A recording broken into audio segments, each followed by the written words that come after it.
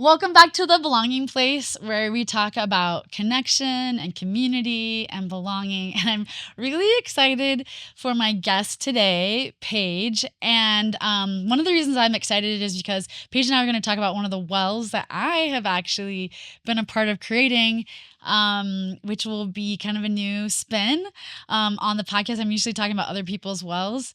But as we get started, Payge, Yes. the first question I ask everybody that comes on here is to kind of give like your like who you are in like an elevator pitch, because most everybody cannot fit their life in the podcast space. Yeah. So if you were to just like introduce us to you a little bit, like, yeah, tell us a little bit about you. Okay. Well, I'm Payge. Okay, Payge. I am someone who loves to sing. I'm someone who loves to try new things. And I would say the biggest part of me right now is that I am learning about myself and building a relationship with myself and with God and learning about what that actually looks like. Okay. So, That was great, by yeah. the way. Oh. Very succinct, very I sometimes do this exercise where I say, "Hey, let's rewind." And if I ask you to tell me about you, but you can't say anything that you have or that you do. So if you stripped everything away and I said, "Payge, tell me about you," what's left?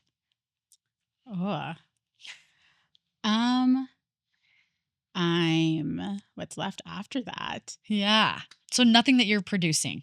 Does that Okay. make sense? Yeah. I'm a person that loves a lot. I love to laugh. I love laughing with other people. I love making connections with people, you know. I don't know. That's a really good question. Yeah. Think on that more. And Yeah. if more of it comes to you, but you hit it. Like, let me ask you this. Okay. Why do you think that question is difficult, or why does it cause pause for you? I think it's because I don't know, I don't really think that much about like myself really and like what I am, or I guess like I don't ask myself questions like that really. Okay. You know? When other people, like when you get introduced to other people or whatever, like Yeah. typically you say what? I say my name. Okay. I'm Payge. Okay. And I usually say like, something, I'll talk to them, ask them questions. So you're putting the energy. Yeah. I Okay. put the energy into others. Yeah. Okay. So that makes sense. That actually, I know this about you. And typically in society, we talk about what we do. We talk about our job. We talk about like our hobbies or whatever. Like, we're not often asked like, who are you? Like at the core, at the center of ourselves. So even if we're not asking ourselves, like as a practice, I think other people are also not asking us. It's interesting to me when we strip down like, as consumers or producers, and we put all that aside, like what is actually left. And if you don't know, this is like you just started the podcast by saying like I'm learning about myself. Yeah. And I'm learning about my creator. Well, you said God. Mhm. And I think, gosh, there isn't a better way to figure out your like and live in your becoming space than like doing that work, right? Yeah. Can you tell me a little bit about like what that looks like for you? Yeah. Honestly, what it has been for me is just putting away everything that I thought I needed in my life. Okay. Like things like, for example, like I thought like work was one of the most important things, my last job, and it wasn't. Or, me having to get ahead in things was important. And I figured that like what I was forgetting was who really was important in my life, which was Heavenly Father, but also strangely enough, myself. Yeah, not strange. Yeah. But yes. I know. I guess like, I don't know. You're the common denominator in your life, right? I guess so. I wish this wasn't true with a lot of people, but a lot of people, they're secondary in their lives. Yeah. Right? Instead of primary. Mm-hmm. Yeah. Was there anything that shifted that? Like any experience or pivotal moment or something that happened that you were like, oh, I need to change gears? Yeah. Actually, it's funny you mentioned that because it happened right when I joined choir. It's when this whole journey has started for me. Okay. Take us back and people and sort of tell the story like nobody knows what you're talking about when you say the choir. Yeah. So, a couple years ago, I found Inspire Chorus, which is who you founded or Yeah. what you founded, and that's actually how we met. Yeah.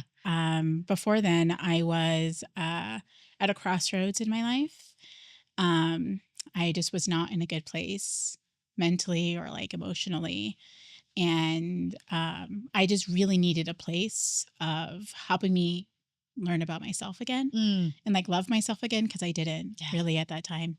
So I was flipping through Facebook as one does.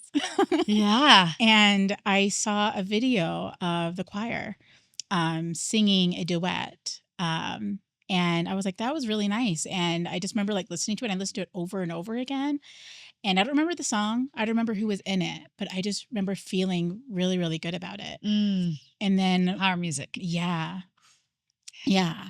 And then when I actually I actually scrolled again, and it was a post from Inspire Chorus about auditions that was happening the next day. Oh, look at that timing. I know. That is And so tender mercy timing. It really was. And I was like, I need to audition. And so I did. I didn't know. I guess I forgot that your introduction to us wasn't through a person. Mm-mm. It was like, you've heard me say this multiple seasons, but I'm a big believer of like, times and seasons. I say it's times and seasons, right? Yeah. And those who need to will come in and those who need to leave will fall out. And I never feel compelled or compulsion for people to stay. And I do still get anxious every year when we're doing auditions, like if there's going to be anybody who's going to show up and then every year God is just like, I will supply. If you create the space, I will bring the people to you. Yeah. And you're like a perfect example of that. Okay. So there's a difference to me between like feeling something and then reading something and then doing something. So tell me more about that. You just were like, oh, I think I'll go do that. Yeah. You know, it's funny because at that time everything just sounded like I didn't want to do it. Like I had no desire to do anything. Okay. Hanging out with friends? No. Like going out? No. I always wanted just to be in my own little bubble. Yeah. And just like I was very secluded at that time. Okay. So the fact that I had this desire where it's like, you should just go. And it was just like, obviously I should just go. And that's what I did. Like I didn't think about it twice. Okay. And I just showed up. And how did that go for you? I honestly ended up at the audition and I looked around because everyone knew each other and I was like, what am I doing here? I don't know anyone. I haven't sung in years. You know, it's been like what, 7-8 years since I had sung. So I was just thinking, I cannot believe I'm doing this. I'm not going to make it. I just kept thinking like, I'm going to make a fool out of myself. This is not what I need to do. But I was like, but I'm going to do it anyways. Yeah. Because I feel like I need to do it. Yeah. I love this. I just want to pause on this. To me, that this tipping point, and you made a comment before we even got on the podcast. Do you remember what you said? Like you don't make... No, I don't remember. When I was talking about maybe auditioning and you're like, you should do it because... Oh, you miss 100% of the chances you don't take. Yeah. The difference between people who show up for themselves, whether they make it or not, and I call it fail forward, right? Because you learn something. Well, hopefully you take something out of it rather than just feeling upset or being a victim, is like showing up in the room. That's that's all. It's writing the book instead of talking about the book. It's doing the audition. It's, deciding to go on the setup. It's whatever the thing is that's so scary. I think there's a movie that's based on a book, something about a zoo. Anyway, in the line, it was like 10 seconds of insanity, like insane courage, I think it was, to just like step through the door and like do the thing. Wow, I like that. I like that. And you did. So you stepped through, you sang. Yeah. How'd it go? Well, it was great. You guys were friendly. You tried to be low key. Yeah, you were. I mean, you guys sat there and you asked me actually, why are you here? And I was just like, I want to get to know God again.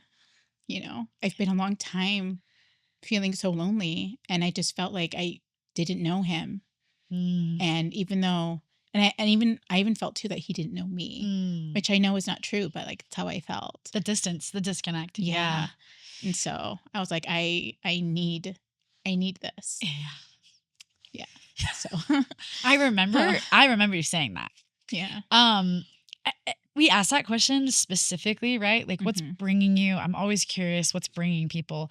Um, I would rather have somebody whose heart is open to learning through the Spirit Yeah. and not as talented than somebody who's real talented and not open to the Mhm. Spirit. Yeah. Part of that is because I'm going to let you describe it a little bit, is because of the nature of the choir that we created, and that there's no director, and everyone sort of has to lean and feel comfortable with each other. And part of that is because um like I have confidence that we pick the right people. Everybody will rise to the level of the performance that we need to do. And because we're Mhm. doing it as testimonies and prayers to Yeah. God, and then the audience is secondary to that, Mhm. there's something really like generative in that. Okay, so you say, I want to have this relationship with Christ, and then Yeah. you start this journey, this choir that I don't know that there's, I mean, I think it's unique. I don't know that there's anything else kind of like it around. There's been Yeah. other like fireside groups for sure around. But tell me your experience. I'm really excited to hear like your experience from the inside of like discovering like Inspire Chorus. And Yeah. yeah. I have to say it has been probably like the best thing, and I'm not just saying that. It really has been the best thing for my life. Like, it's helped me discover myself, and like it is, and to have desires again. I would say like every year that I've been there too. I've been there for 3 seasons, Mm-hmm. going on my 4th. Yeah. And every season has been different, and I have felt like every time we've had a theme, and it has directed towards something in my life where I was like, Mm. this is what I needed at this time of my life. And then it would help me get through that portion, that I guess that phase. Mm. And then the next season, I would be stuck on a phase, and that theme would be what I needed in order to get through that phase to the next one. So for me, it's just been, it honestly has been helping me move forward in my journey and to discover what that journey is and paving it for me. Do you, and this might be putting you on the spot, but we can do it together. Yeah. Do you remember some of the themes of the seasons that you were in, for example, for our audience? Yeah, so this most recent one was Perfect Peace. Mm-hmm. The one before, I remember the songs, not the theme. What was the I one think before God that? is love. Oh yeah, God is that Love. okay? And then from the first season, I don't remember that one either. I think the season before that was Be Still and Know That I'm Oh, God. Know That I Maybe Am not. God. Is Yeah, that, yeah? it was. Be Yeah. Still was basically it, but it ended Mhm. up being and Know That I Am God, which is important to that. Yeah. Mhm. The reason why I wanted to put those out there is it's so um I can't figure out the word, gratifying, awesome, exciting to hear you say that, because the process for me, and shout out to Katie Evans, and she's my partner in crime. Yeah. And I'm going to talk a little bit about that up here in just a minute. But and we've had Travis Lunt. Shout out to Travis Lunt, who's been a director but also an accompanist. Monica Moser, who's been an accompanist, and we've had various people. But when we get together, and it's usually Katie and I and maybe like one other person depending on what's going on that season, and we Mhm. pray, and we really like, we put a whole bunch of ideas down and we really think about it, and then one theme just usually rises up to the like, and jokingly, it's never the themes that I pick. I always put a bunch of things in there. Like Travis got a few and Katie got a few. This season Yeah. I picked the theme. Oh, it was And a it good won. one. It was a good one. So do you want to announce Yeah. the theme this season? We're not even, we're have auditions at the end of the month. We haven't even started, but Oh, I don't remember the whole one, but I know it has to do with home. yeah. Right? So the theme this season is He is Home. He is home. And I really, really felt strongly about a focus on like home. Part of it's because belonging, and I've been doing all these episodes. Part of it was because there's this old like church seminary song that was called Not of This World. Man, I just aged myself, but they used to have cassette tapes that would come with the like videos that you'd have in seminary. Yeah. And the idea of the song was that like we were never meant to feel like we were home here, because we're not like home. And I've always thought this idea of like a little bit of longing for like our heavenly parents, or a little bit of like our actual home is there, right? And so Mhm. this theme this year, so I joked with Katie because I was like, I won. Not that it's a competition, but we put down But it was. and we picked mine. So I think this might be the besides the first season that we Yeah. had this. But when we pray about it and we think about it, and then we pick songs. So we don't pick the songs until we have the theme. Obviously, Oh. we want the theme to we want the songs to fall in line with the theme. But Mhm. that is also a really spiritual experience to sit down. Also difficult to like every year. I'm in my 14th year of picking songs. Down in Arizona, we started, and they're starting their 14th season, and we're starting our 6th season. I haven't been involved for the last like while in Arizona, but I was involved at the beginning. And so you can imagine there's a million songs out there, but finding 5 to 6 choir songs that are unique every year, we maybe bring one Mhm. back, and then duets and solos are a little bit easier to find. But like sitting down and really trying to put together and weave together like the songs that we have is a really my favorite. Well, there's a lot of favorite parts, but probably one of my most favorite parts of every season is picking the songs, and kind of because like Katie and I are the only ones that know. Yeah. We don't find out until like the day we get there. And we do that on purpose. We Yeah. hold it and we've prayed about it and we listen to them, and sometimes we change it out right at the very end because we find a couple seasons ago our female solo song got switched 3 times. And Mhm. even switched, I think we had announced it. We had announced it, we had played it, and we changed it because we just are trying to follow the spirit. Okay, so Mhm. the themes, I want to come back to you. Yeah. The themes seemingly have helped you unlock these different phases Yeah. of your life. And you made a bold statement. So I want to seek to understand. You kind Oh. of said like this has been something that's really changed your life, like really opened up. Can you tell me a little bit more about, selfishly, I want to hear, but like that, yeah, tell me more about what that means for you. Like how it's opened up my Yeah. my Like life. how Yeah. does just singing in a choir, like what has it done? Yeah. I guess to like backtrack a little Yeah. bit. Um I didn't have like the best childhood growing up. Uh my parents, I do love them, but the way that they had treated us and like with the gospel and stuff was not aligned Mm. with the gospel. And so they would always teach me when I was younger, like whatever I had to say, like I would say things. I would talk a lot because, a Yeah. kid, I was a talker. Yeah. But like I was always told to like either be quiet or like let's not say those things, or like my opinion wasn't like as important. I was told that by like Too not, much. yeah, it Oh, was just too much, which, sometimes, that happens with parents, I guess, but but that's a cut. it I is. can relate to that cut. So that's why yeah. Yeah, it does. And I like it stayed with me. Mm. And so like even now, which is why one of the reasons why I'm so nervous to do this podcast is I don't always feel like I have something important to say.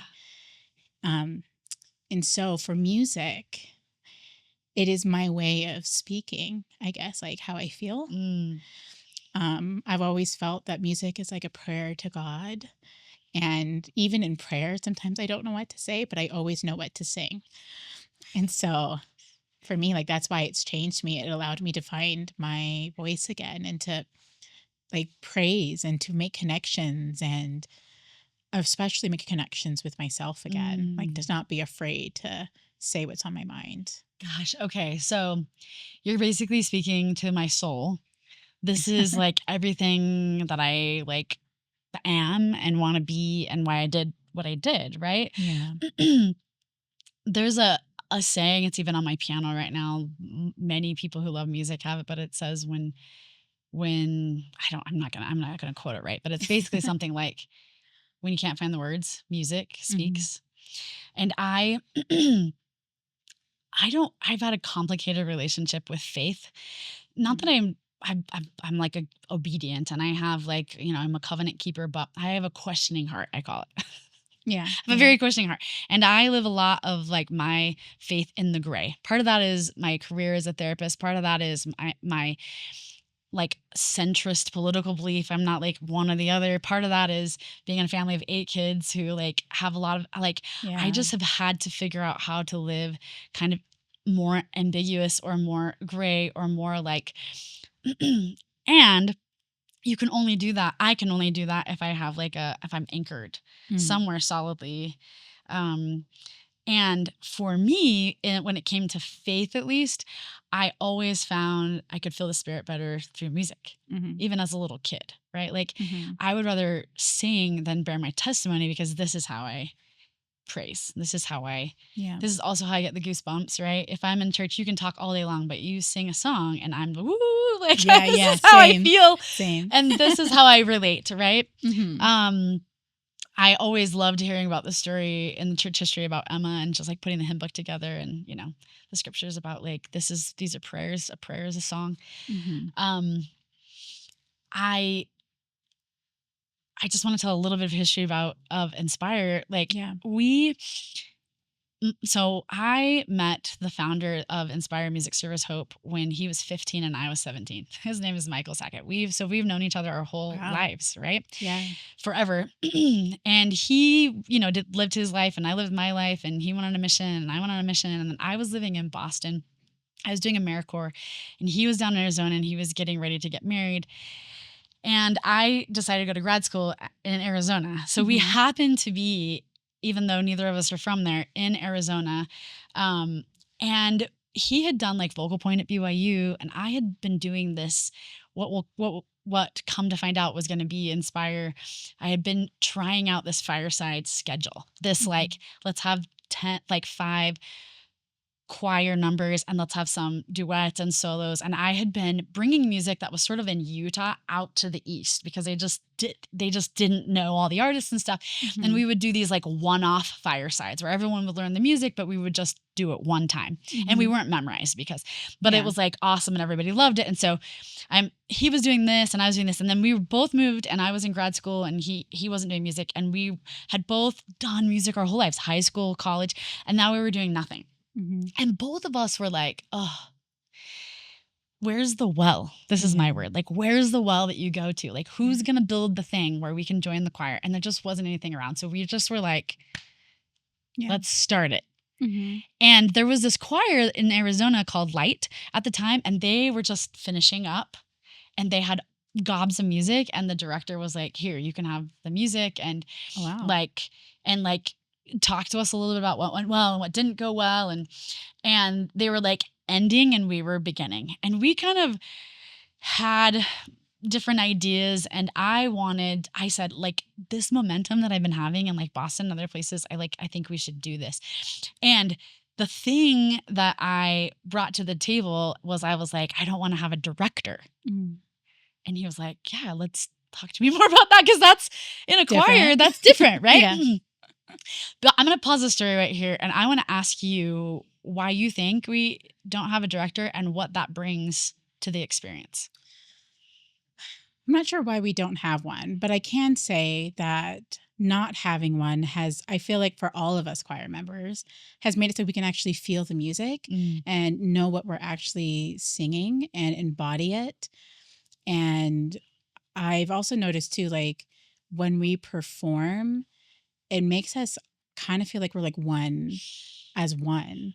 You know, we're not depending upon anyone else in front of us. We are depending upon the Spirit and just singing from our souls. Yeah, you got it. Yeah. You got it. Oh, that's it. That's how I feel. I mean, could we sing better, crisper, have better cutoffs? The director, absolutely. There's no doubt in my mind. But having a person between the choir and the audience to me does something. Yeah. Right? Even if we sound better, it's in the way. The focal point becomes the director. Even if you're looking at the choir, the director runs the show, right? In my mind, we know who the director is. Yeah. And it's not the music person. The director is the Spirit. And so getting that person out of the way requires us to lean into each other. Just like you said, to breathe, to like remember our words, to like blend, and then there's this, the only thing I would add to what you said is it exposes us directly to the people we sing.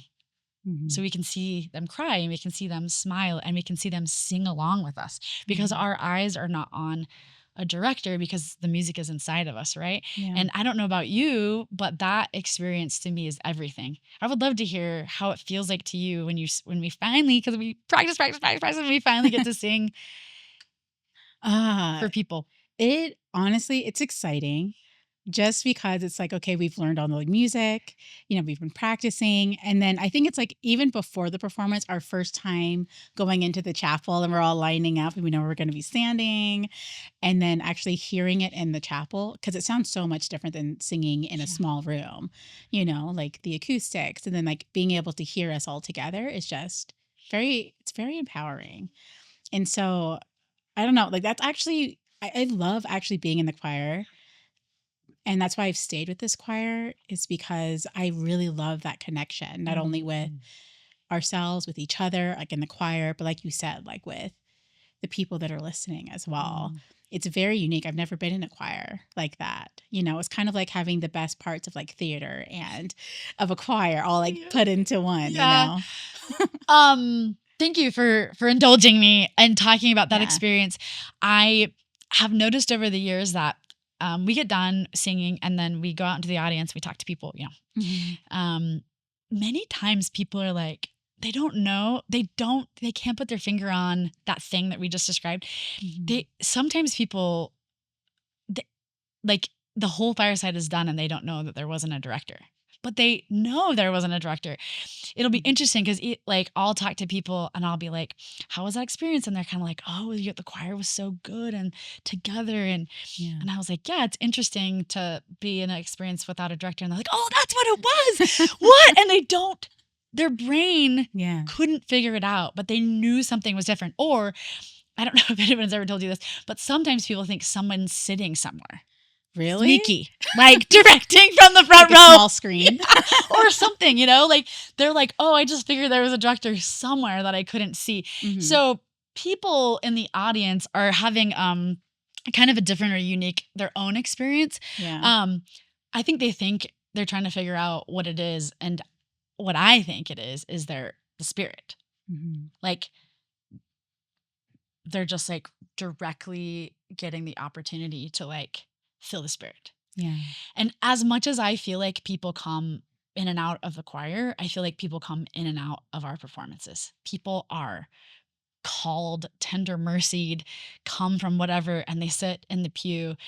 And just like the themes, I think, for you have been so good. I think people come and they maybe only hear one theme ever or they whatever, and it's just like for them, right? It's like God is going to speak to their hearts through the theme or through the songs or through the message. I feel the same way about people that are singing.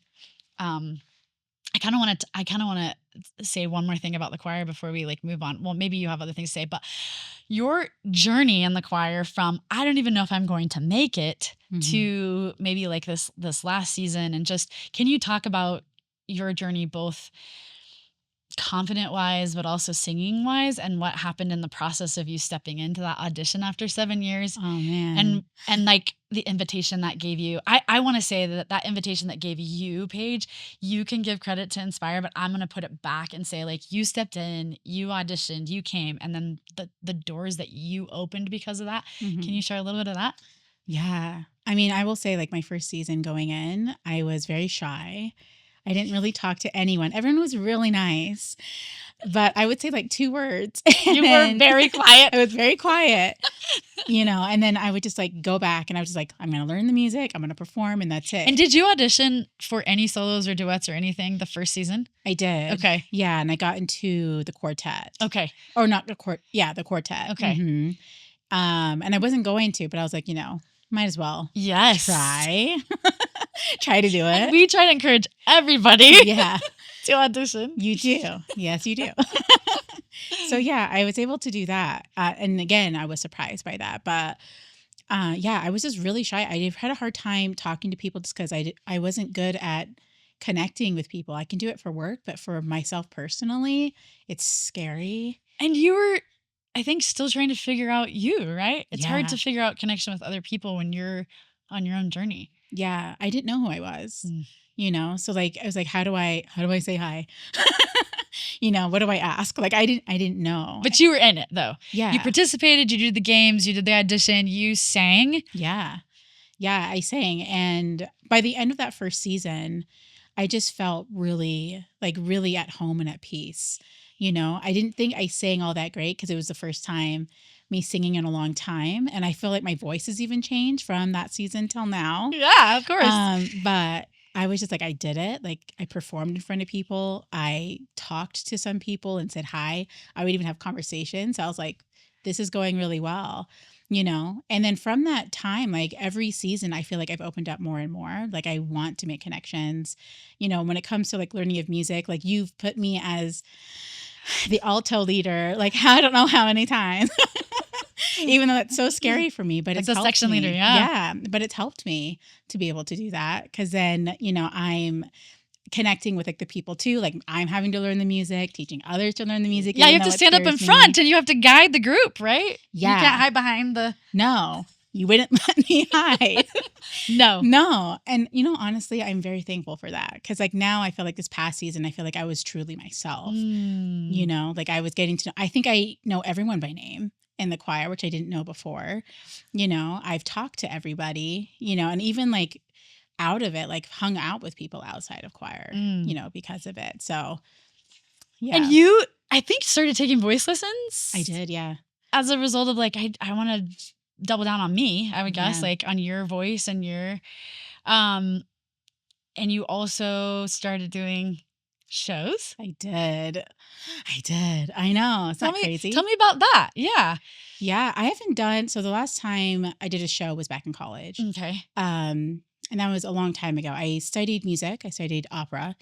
And so I did that. Not your typical musical theater voice. No, it's not. Definitely not. Yeah. And I was very grateful for that because I was able to travel. Like, I traveled to Germany to be able to sing. We did theater doing that. I was able to perform at college, and then I did a little bit after college as well. And then I went on mission. When I came back, like, my life changed, and so I stopped performing. So this, like, me doing shows now is the first time since I did it like years ago, like over a decade. And it's so scary because it's musical theater. Opera, we don't dance, but we're dancing. I'm dancing now. Specifically tap dancing. I know now. what is going on. This is, maybe this is selfish. Maybe this is like, I don't know, but to me, you exemplify your experience that you just shared exemplifies everything that I want people to hear about creating belonging places. Not about me creating the choir. Like, yes, I did that. And I think other people can do that. But that how generative a space can be if you take the one step to be courageous. Yeah. And you go into a place, and it doesn't matter what it is, a climbing place, a puzzle place, a choir, I don't even know, like a book club, Settlers of Catan, D&D. I'm just thinking of things, All right? the things. It's so funny that these are the things, but there's more things. Cooking. I'm trying to think of things I don't like necessarily, but other people like. Cooking club. And we literally live in a world that's so disconnected that like we have to either create something and invite people, or we have to find things. But your example of stepping in to a well and like not really knowing anybody, and then like 3 seasons, like staying with it and growing, not just spiritually and not just in music, but in connected. And then I think meeting people in the choir that we're doing shows that it's the specific, you're at Draper Theater, and then going and watching them, and I'm getting the buzz of just like, oh, I want to do that. I can do that. And then you audition, and then you're doing it. You're in a show right now. Yeah. You're in Shrek. You're getting ready to do Adam's Family. I mean, you're doing music. Yeah. Like doing it. Yeah. And I guess I want to ask you, how do you feel when you look back 3 years ago and where you are today? I feel like it's like decades away 3 years ago, which is funny because it was just 3 years ago. But I feel like it's I've grown so much. You know, we talked about this before, but like music to me is like my way of speaking. And so like I feel like it opened up my heart to possibilities and to think that there are possibilities. Mm. You know, I didn't think I'd ever go back on stage. I've given up on music years ago. I was like, I'm never doing it again. So like I stopped, trying for any of Mm. it. But now I'm doing choir, I'm doing shows like this, like lessons. Like I want to do more with it, all because, I now know that I can, Yeah. like nothing's stopping me. You now know that you can, but something happened before you knew that you could that got you here. And I don't know if you know or can pinpoint, like, Mm. so if people are listening, they're like, okay, fine, Paige, you got here and you're doing great. But it's like, but you weren't always here. Yeah.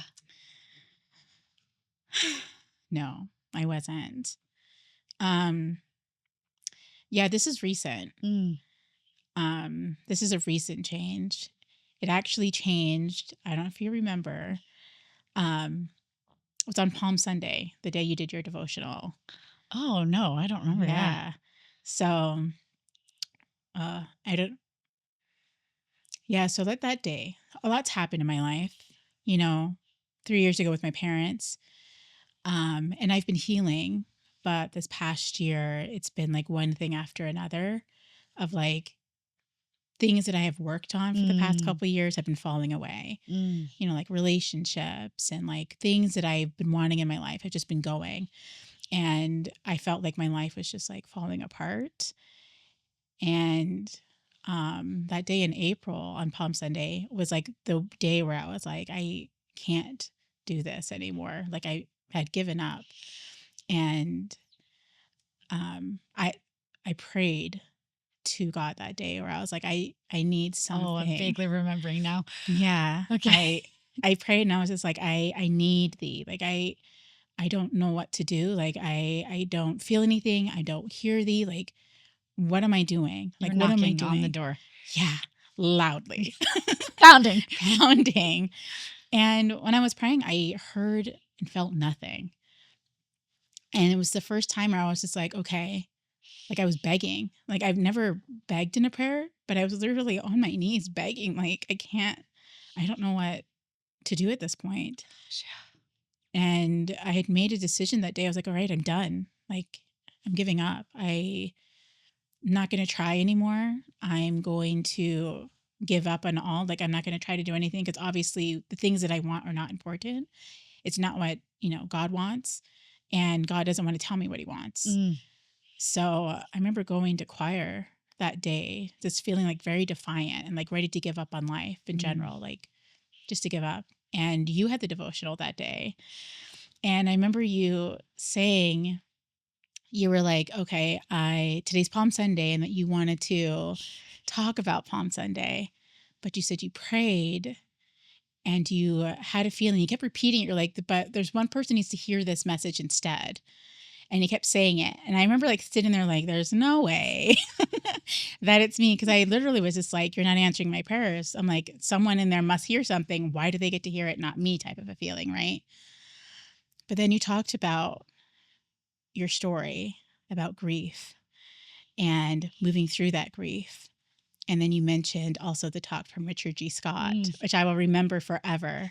Richard G. Scott, 1995 General Conference talk called Trust in the Lord. I still listen to it to this day. And I don't remember everything you said, but I remember the feeling that I got was just like a big like feeling of love. And I was like, where was this feeling before?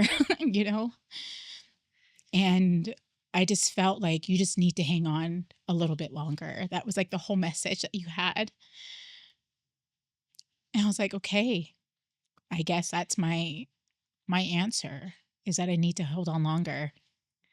And from that day, like my whole perspective of everything changed. My situation didn't change. This is important to say. Yeah. Because when we change, or when I like a phrase that I have loved, The King Will Come, which is a gospel collective of a bunch of my friends. They have a song right now called Calm Me. But when we can't calm the storm outside of us, No. God, calm me. Mm-hmm. anyway, keep going. That powerful, like my situation didn't change, but Yeah, it didn't change. And I'm still going through it, but I changed, like it's funny because I'm so happy now. And I see now why the Lord has said to wait because things just started unfolding in my life. My perspective has changed. I feel so calm and at peace. Mm. And even though like I'm still going through things, it's no longer a burden, And that's really what has changed. It's like why I was just like, I can't change the fact that things bad happened in my life. I can't change that like I went through what I went through, but what I can change is how I'm going to live my life from this point forward. So amen. I mean, that's Yeah. it, right? I can only change me. Yeah. That's all we can ever change, even though we want to do a lot. We want to change people. We want to ask for things, Thank you for reminding me. Yeah. I feel like part of listening and feeling the Spirit is following through and just like being an answer to someone. And I've been a recipient of that also. Gosh, I remember that now. And that was so wild because it was like because I had totally wanted to talk about something else. And then I remember you did say at the end, you're like, I'm the one. And I was like, I didn't know that there was actually a one, right? Like I was saying that genuinely, like being general. Yeah. And it was very specific. And God was like, Yeah. I didn't answer you here because I'm going to answer you here. And Payge, what would you say to people like you before you walked into the audition who are kind of stuck? Some people might call it depressed. We don't need to name it. Some people might be in this limbo in their life. Some people might be stuck. Not everyone's going to find a choir to join, right? But what would what would you say to them? I would say to them that even though you're in your darkest place and you feel like there is no hope around you, that there is someone out there listening. Whether we see them or hear them or feel them or not, someone is. And exactly the advice that you said is to wait a little longer. Honestly, like I feel like that wait and that patience really, I think it really teaches a person. You know what I mean? It really helps a person to grow. And sometimes it's annoying to hear where it's like, this is a growing moment. Everything will be fine. And it's like, I don't want to hear that right now. Yeah. But you have lived experience now. You don't have to borrow that and you can gift it back, right? Exactly. You can say like, I've been there. Yeah. Not where you are, but I've been in a similar space and I did wait.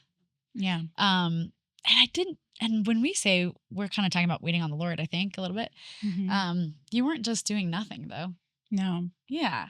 You were activating your agency, I call it. You did one brave thing that led to the next brave thing that led to the next brave thing. It was pretty powerful for me this last season. You were in a trio and I was in the opposite. So we double cast trio. Yeah. But I was singing the same part as you. Yeah. Yeah. It was fun. It was so fun. Yeah. I think you've always sounded really good, Payge. Like you got into the choir and you've just gotten better and better. But I would be interested in how you felt singing this last season compared to like when you entered the choir. Yeah, it was pretty special this season. It really was. First coming in, to me, it was just the emotions of like, I did it. I'm in it. I'm going to do this because I felt like I should do it. And I don't know when to get out of it, but I'm just going to get through it. And this is the first step, everybody. Just take it. Do it. Get past the fear, right? Yeah. It's very perfunctory, I feel like, the first time. It is. And you don't get a lot of bells and whistles, and I don't think you get a lot of like confidence along the way. And you know nobody, so you're even at the audition, you're like, what am I doing? But you did it anyway. Exactly. Okay. Yeah. And I wouldn't say like I had a profound feeling the first season, but I felt something different. And I was like, okay, I want that different. And I want more of that. Yeah. I don't know what it is, but I want it. Yeah. This season, I was in such a better place because even though, I was in the thick of like the most trials I've ever had, I had a place of belonging where it's like my life may be in shambles, but I have a safe place to go to. Mm. And especially that song, like the song we sang, it was called Peace. And just listen, I was actually listening to the lyrics before coming in here. It is like that trio for me was just like exactly what I needed to hear that day too. Just like remembering like when you are aching and when you fall to your knees and you're like, everything is going wrong. Everyone's like coming at me, that there is such thing as peace, you know? And I feel like this season too is like, I actually heard the words opposed to other seasons where I was just like, I'm glad I'm here. Yeah. This season is like, I feel what I need to hear. Does that make sense? Totally. And I just want to say, I want to peel back the layers because this is what I do as a person. And I want to say, I think this is any well that you enter. Yeah. Like these are the levels, right? You like come into the space or the friendship or the relationship or the thing or the activity, and you enter at a certain level, right? And then the more you put in to something, the more you receive. Yeah. Typically, right? The deeper you grow, the levels of the ability to be an instrument for others, but also to be a receptacle because you've emptied out other things. So you're open to receiving other things. I think that's the key too, is that you are getting rid of other things. So you're open to those good things. You're refining, right? You're in the refiner's fire. And like, I think that opposition and tug and pull is really, really important. I mean, you said it. It's the key to why I'm doing this podcast. It's like people need belonging places. Yeah. I like will die on that. Like you have to find it or make it in order to do all the other things, right? Like if you're going to be in the grind of figuring out who you are, which we all are doing, self-discovery and alignment, like there needs to be places or people or things that like you feel safe. Yeah. It's your balm. It's your like oasis. And it doesn't always mean that those places are like always smooth sailing and good. Some of my closest relationships, sometimes we have to have critical conversations, right? But usually those conversations lead to more vulnerability, more connection, more belonging, right? Like there's a reason why I'm in there grabbing people that don't want to audition and putting them in scary positions to like audition, because you can't ever be the soloist if you never come in, right? And if you need to borrow from me that I'm confident in you until you figure it out, that's fine. Because I've done my fair share of borrowing confidence to other people. There's been a few of the moments in the choir that like are just life-changing to me. We have an accompanist in our choir. Hopefully she won't care that I'm talking about it publicly. Who the second season was like, you probably don't want me to come back because I don't sing and you don't need me as a piano player. And I was like, what the? I need all of you. I need you to play and I need you to sing. And where is that coming from? And she had her own stuff, right? This last season and the season before, she's singing duets, just her and one other person, and she's rocking it. And I am just looking at her and I'm thinking the trajectory of her confidence in her life. There was another girl this past season. Both of these are female examples. There's other ones with males, but who came in and she sang as a tenor for us. And I think hadn't sung for years. Her husband, I think, was like, come and sing. And he'd been in the choir for a while. She ended up being our female soloist this year, which I don't know if it's because I am a solo singer as well as a choir singer, but I think it's kind of a coveted spot to have the solo. Maybe that's just me. No, it's true. Is it true? It's true. And so her being able to sing like our solo and the confidence and get up and sing it, and even the first couple times compared to like when we were singing it in Firesides, the amount of growth, and I'm using the choir as a backdrop. Like I hope people that are listening can use like other wells, other belonging places, but the things that you can do if you are brave, the things that you can do if you stay. Yeah. If you invest, if you pull back layers, like you just gave like perfect examples of that. Anything else about that you want to share? Yeah, I kept thinking while you were talking, I was like, it's uncomfortable too. It's very uncomfortable starting because it's so different than what you were doing before. It is going into a whole new environment, a place where you're like, I don't think I should be here. I don't think I belong here. Because it's so different than what I'm used to, which is surviving or whatever you've been doing before. But I think if, like you were saying, if you stay, if you continue, I think it starts unfolding why you're there.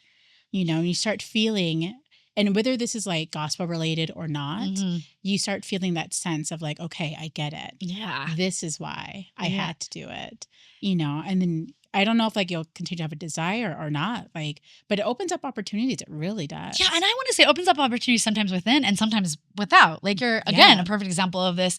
Now you're doing the shows that has nothing to do with the choir, but you met people and then you had a connection. Maybe even if you hadn't met people that were doing it, you would still be like, oh, I want more music. In what Mhm. capacity?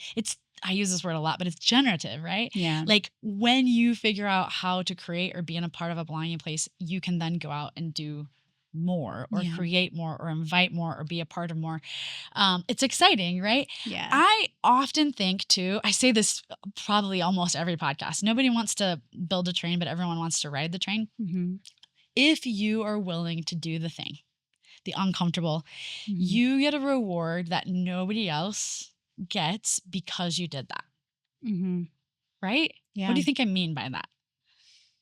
That no one else gets the reward. Yeah. If you do this, Brene Brown says get in the ring, right? But like if you step into that hard, uncomfortable place, you get a reward. Nobody else is going to get that reward.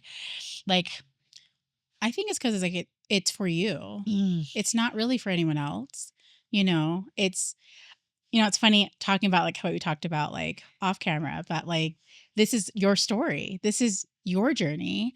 So, this is about you. It's a time where like it's not selfish. It's about like you being able to understand like who you are.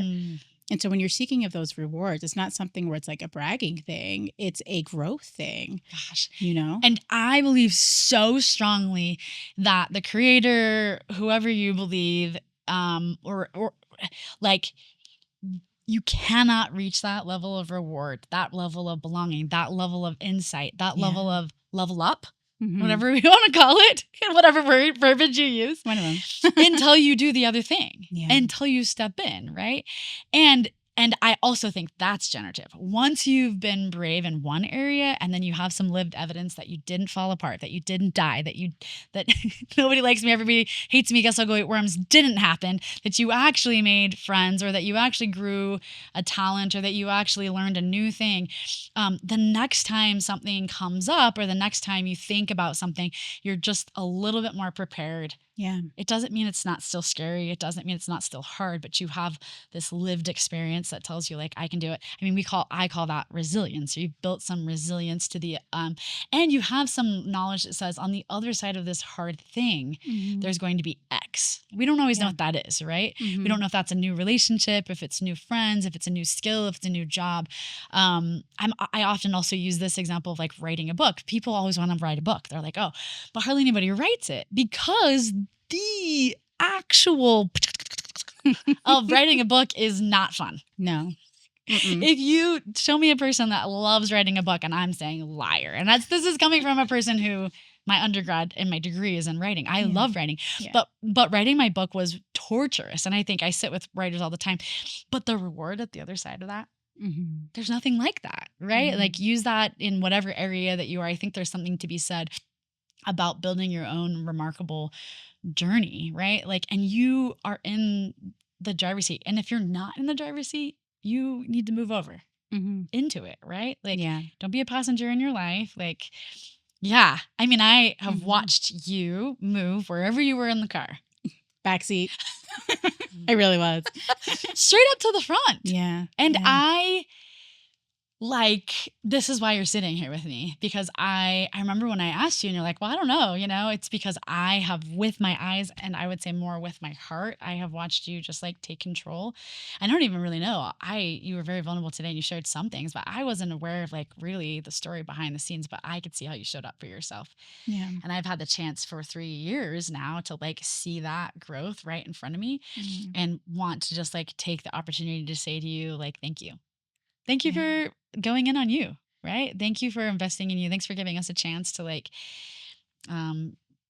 give you a space to like grow. There's nothing more exciting to me more than the music, more than anything we talked about, is that like 13 years ago, we were just like kids that was like, we want to sing.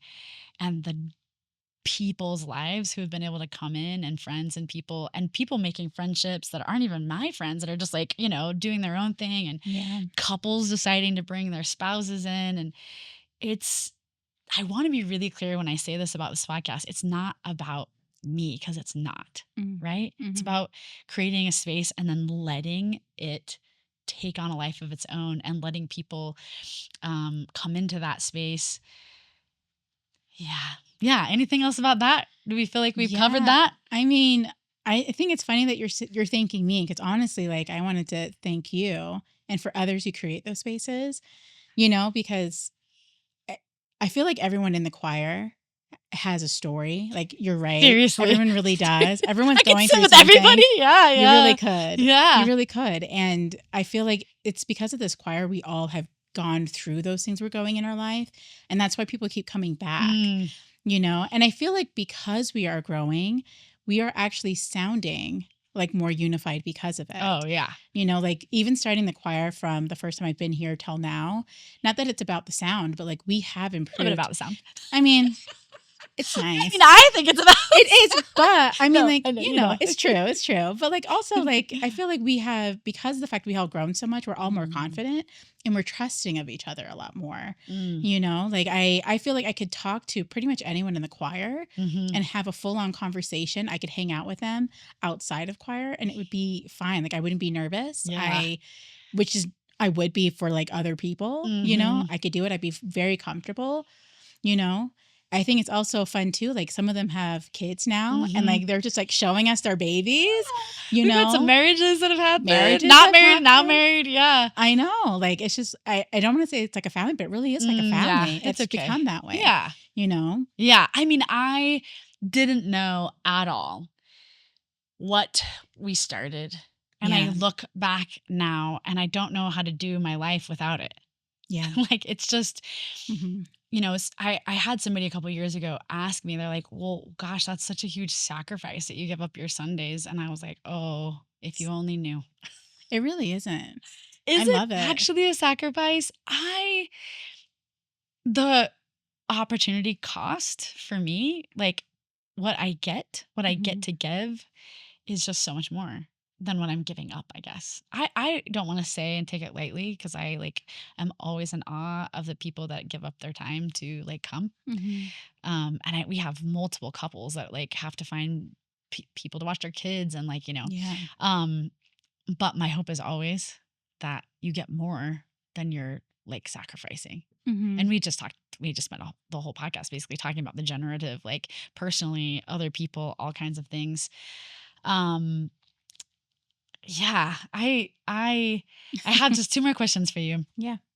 One is, I'm going to do this thing that I've never done before, but Ooh. we are going to, um, have you pick a card. You can pull up the deck, and these there's two sets of cards in here. So there's ones from this is called the And. Mhm. It's just like a relationships questions, and the other is from another like relationship game. Anyway, I went through and I was like, I'm gonna ask. So you're the first person doing this. I'm gonna ask you to pull a card and then read it, and if you want to answer it, and if you don't, put it back and pick up another one. Or what truly surprises you most about people? Okay. That's a good one. Yeah. I think what surprises me most about people is the genuine like curiosity and love that people have for others. I'm not used to that in my life. Okay. And so like being able to see that from people, especially, and maybe it's just because my eyes have been opened. I don't know. It's probably because my heart has changed. But recently just being able to see that, yeah, is surprising, but rewarding at the same time. yeah, I love that. Can I dig just a Yeah, bit? yeah, please. You have hinted, and I'm not telling you to go any deeper than you're comfortable, Mhm. but that you've had like a change of heart. Like, there seemed Yeah. to be like, this is what I think is what I'm. These are my words, so I'm gonna let you do your own words. Mhm. Love, and this is what, like, is this what life is? And then you got some new awakenings. You got some whisperings of the spirit. You got some different experiences, you inhabited a sort of a different life story, and then you just said, like, Yeah. maybe because I have a different heart. Um, what, like, what contrib like, what, how? Like, this is not like something that happens overnight, right? No, this has been my whole choir journey, actually.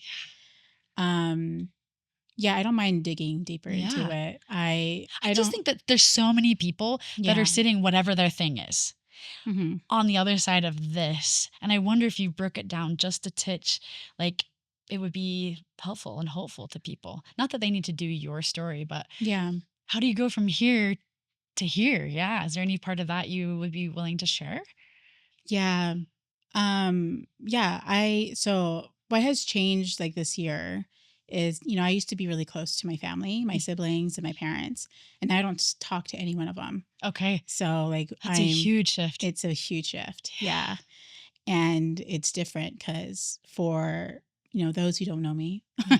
I really love people. Yeah. I love Deeply. connections. Yeah. I love getting to know them. I would give, my everything for someone else because I Mm. just love people that much.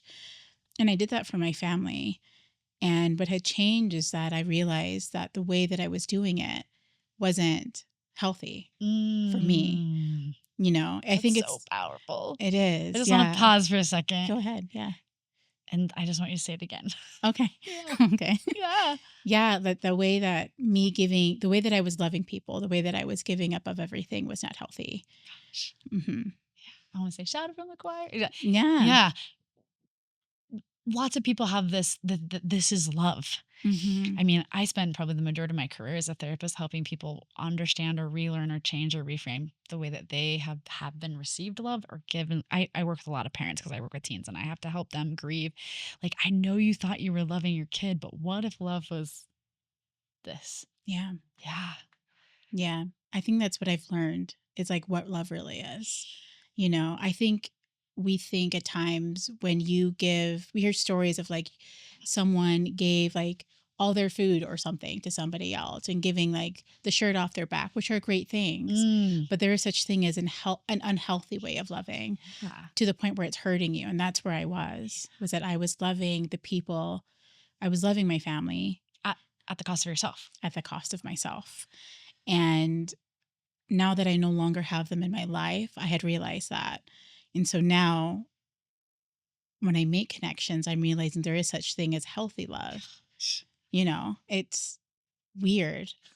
It's a weird feeling, but like I'm enjoying it. I think that's why too, when I'm making connections now, I'm making so many connections now and I'm realizing like what that truly means, like boundaries. What's I was gonna that? say, if you didn't say the word, I was gonna say, Yeah. you're coming into like crazy awareness of the importance of boundaries. Boundaries, yeah. And they're scary to hold because most people think of them only as cutting or keeping things out. Mm-hmm. But the opposite side is what you keep in Mm-hmm. and what you can then do. Yeah. I mean, you're literally experiencing that, right? Like, Yeah. Yeah. yeah.